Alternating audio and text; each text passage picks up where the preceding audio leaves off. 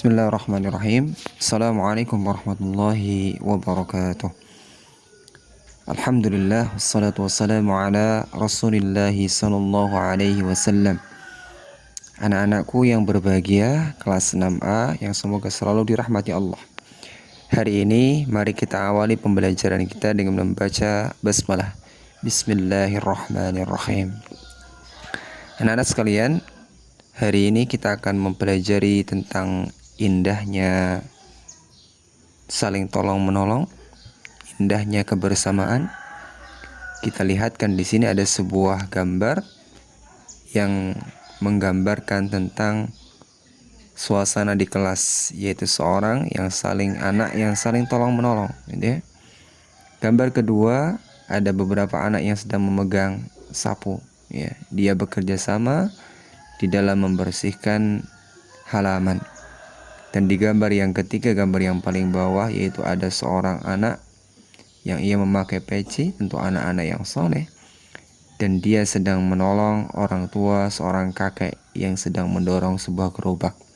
Maka betapa indahnya gotong royong dan betapa indahnya saling tolong menolong. Maka Islam mengajarkan itu semuanya di dalam surat Al-Ma'idah ayat yang kedua. Kita baca. A'udzu billahi minasy syaithanir rajim. Bismillahirrahmanirrahim. Wa ta'awanu 'alal birri wattaqwa ولا تعاونوا على الإثم والعدوان. Nah, anak sekalian, Allah Subhanahu wa ta'ala berfirman, dan tolong menolonglah kamu dalam mengerjakan kebajikan dan takwa, dan jangan tolong menolong dalam berbuat dosa dan permusuhan. Nah, gambar di atas yang tadi kita lihat bahwa itu adalah di antara contoh tolong menolong dalam berbuat kebaikan.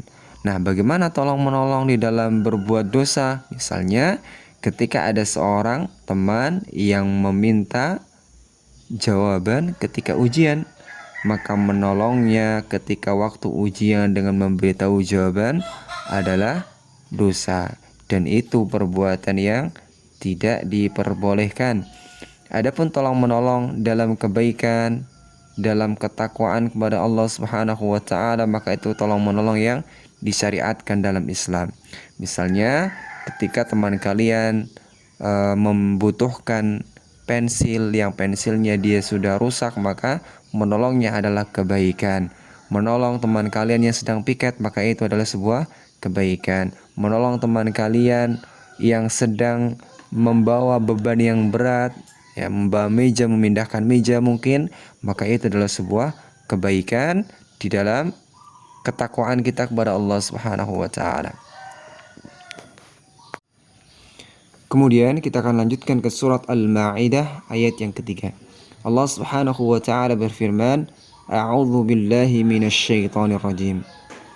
اليوم يئس الذين كفروا من دينكم فلا تخشوهم واخشون اليوم أكملت لكم دينكم وأتممت عليكم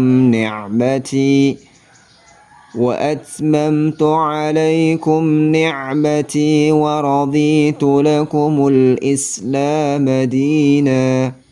Artinya, pada hari ini orang-orang kafir telah putus asa untuk mengalahkan agamamu. Sebab itu janganlah kamu takut kepada mereka, tetapi takutlah kepadaku. Pada hari ini telah aku sempurnakan agamamu untukmu, dan telah aku cukupkan nikmatku bagimu, dan telah aku ridha Islam sebagai agamamu. Anak-anak sekalian, ayat ini menjelaskan bahwa hendaknya kita takut kepada Allah Subhanahu wa ta'ala, dan segala perintah Allah yang Allah Subhanahu wa ta'ala syariatkan hendaknya kita melaksanakannya. Dan segala larangan Allah maka hendaknya kita menghindarinya. Jadi Islam adalah semua yang disampaikan Nabi Muhammad SAW harus kita yakini dan kita amalkan. Karena Allah Subhanahu wa ta'ala telah menyempurnakan agama ini dan dia ridha dengan agama Islam. Bahwa agama Islam menjadi agama Nabi Muhammad SAW dan pengikutnya. Di samping itu, kita harus mensyukuri nikmat Allah yang diberikan kepada kita. Anak-anak sekalian, Allah Subhanahu wa ta'ala menciptakan manusia yang bertujuan untuk beribadah kepadanya. Sebagaimana dalam firman-Nya, "Wa ma khalaqtul jinna wal insa illa liya'budun." Dan tidaklah aku ciptakan bangsa jin dan manusia kecuali untuk beribadah kepada Allah Subhanahu wa ta'ala. Maka dalam hal ini ketakutan kita kepada Allah, yaitu takut akan siksaannya, takut akan azabnya, takut berjumpa dengannya nanti dengan membawa dosa. Dan dengannya kita akan beramal soleh, mengharapkan pahala dari Allah Subhanahu wa ta'ala, mengharapkan ampunannya, dan mengharapkan surga Allah Subhanahu wa ta'ala. Kita lanjutkan di surat Al-Ma'idah ayat ketiga. Allah Subhanahu wa ta'ala berfirman, Bismillahirrahmanirrahim. Ya ayyuhalladzina amanu ijtanibu katsiran minadh-dhann inna ba'dadh-dhanni ithmun wa la tajassasu ولا تجسسوا ولا يغتب بعضكم بعضا أيحب أحدكم أن يأكل لحم أخيه ميتا فكرهتموه واتقوا الله إن الله تواب رحيم. Wahai orang-orang yang beriman, jauhilah banyak dari prasangka. Sesungguhnya sebagian prasangka itu dosa. Dan janganlah kamu mencari-cari kesalahan orang lain, dan janganlah ada di antara kamu yang menggunjing sebagian yang lain. Apakah ada di antara kamu yang suka memakan daging saudaranya yang sudah mati? Tentu kamu merasa jijik. Dan bertakwalah kepada Allah, sesungguhnya Allah Maha Penerima Taubat, lagi Maha Penyayang. Anak-anak sekalian, surat Al-Hujurat ayat ke-12 ini, Allah Subhanahu wa ta'ala mengingatkan kita untuk menjauhi sifat prasangka atau mencari-cari kesalahan orang lain atau menggunjing, karena semua perbuatan itu adalah dosa. Maka di antara yang tidak diperbolehkan yaitu ghibah. Yaitu apa ghibah? Dzikruka akhaka bima yakrah. Engkau menyebutkan tentang keburukan saudaramu yang ketika saudara kita itu mendengarkannya maka ia akan membencinya. Dan itu adalah dosa. Maka Allah Subhanahu wa ta'ala menyamakan orang-orang yang suka menggunjing, suka menghibah, suka mencari-cari kesalahan orang lain, yaitu seperti orang yang suka memakan daging saudaranya yang sudah mati. Jadi orang yang menggunjing itu seperti orang yang memakan bangkai manusia. Tentu kita merasa jijik, ya. Siapa yang mau memakan bangkai? Bahkan bangkai hewan pun diharamkan, apalagi bangkai manusia. Maka oleh sebab itu taatilah perintah Allah Subhanahu wa ta'ala dan jauhi larangannya, yang di dalamnya termasuk menggunjing atau menceritakan kejelekan orang lain. Maka jika kita telah berbuat salah dan dosa karena melanggar aturan Allah Subhanahu wa ta'ala, maka hendaknya kita bertaubat dan bertakwa kepada Allah. Karena sesungguhnya anak-anak sekalian, Allah Subhanahu wa ta'ala adalah zat yang maha penerima taubat lagi maha penyayang. Kemudian surat Al-Hujurat ayat 13, Allah Subhanahu wa ta'ala berfirman, A'udzu billahi minasyaitonir rajim. Ya ayyuhan nasu inna khalaqnakum min dzakarin wa untha وَجَعَلْنَاكُمْ شُعُوبًا وَقَبَائِلَ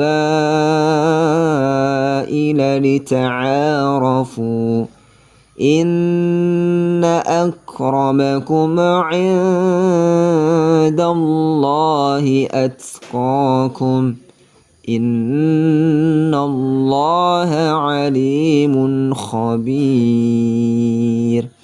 Artinya, wahai manusia, sungguh kami telah menciptakan kamu dari seorang laki-laki dan seorang perempuan.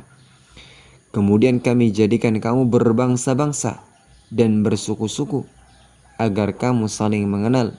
Sesungguhnya yang paling mulia di antara kamu di sisi Allah ialah orang yang paling bertakwa.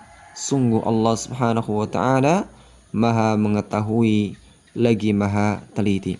Anak-anak sekalian, isi kandungan surat Al-Hujurat ayat 13 bahwa Allah Subhanahu wa ta'ala menciptakan jenis manusia itu laki-laki dan perempuan. Jadi tidak ada yang banci, tidak ada yang ketiga, tapi Allah ciptakan manusia hanya dua jenis, yaitu jenis laki-laki dan jenis perempuan. Dan darinya Allah Subhanahu wa ta'ala menjadikan manusia ini bersuku-suku dan berbangsa-bangsa. Allah ciptakan manusia dari dua makhluk, yaitu Nabiullah Adam dan istrinya Hawa. Kemudian berkembang biak, kemudian mereka mempunyai anak dan seterusnya sampai hari ini jumlah yang cukup banyak. Nah, tentunya kita ini suka berkumpul dan berkelompok. Maka ketika kita berkelompok, apa yang kita lakukan kira-kira? Ya, tentu jika kita belum saling mengenal, maka kita harus saling mengenal di antara teman-teman kita dan kelompok. Dan dengan saling mengenal, maka kita akan saling memahami sifat dan tahu hobi masing-masing. Dengan saling mengenal sesama teman kita, maka kita akan terhindar dari salah paham atau prasangka yang negatif ataupun menggunjing yang tidak benar. Nah, dengan demikian tidak ada di antara kita yang saling menganggap dirinya paling benar atau paling baik. Allah Subhanahu wa ta'ala mengingatkan bahwa sesungguhnya yang paling mulia di antara kamu di sisi Allah ialah orang yang paling bertakwa. Maka ketakwaan kita adalah suatu yang dianggap paling mulia di sisi Allah Subhanahu wa ta'ala. Jadi Allah ciptakan manusia bersuku-suku dan berbangsa-bangsa dengan tujuan supaya saling mengenal dan beribadah kepada Allah Subhanahu wa ta'ala. Maka rangkuman dari Quran surat Al-Maidah ayat 2 mengajarkan kita untuk saling tolong-menolong dengan sesama, yaitu dalam kebaikan dan ketakwaan, dan tidak boleh tolong-menolong di dalam permusuhan kepada Allah dan dosa.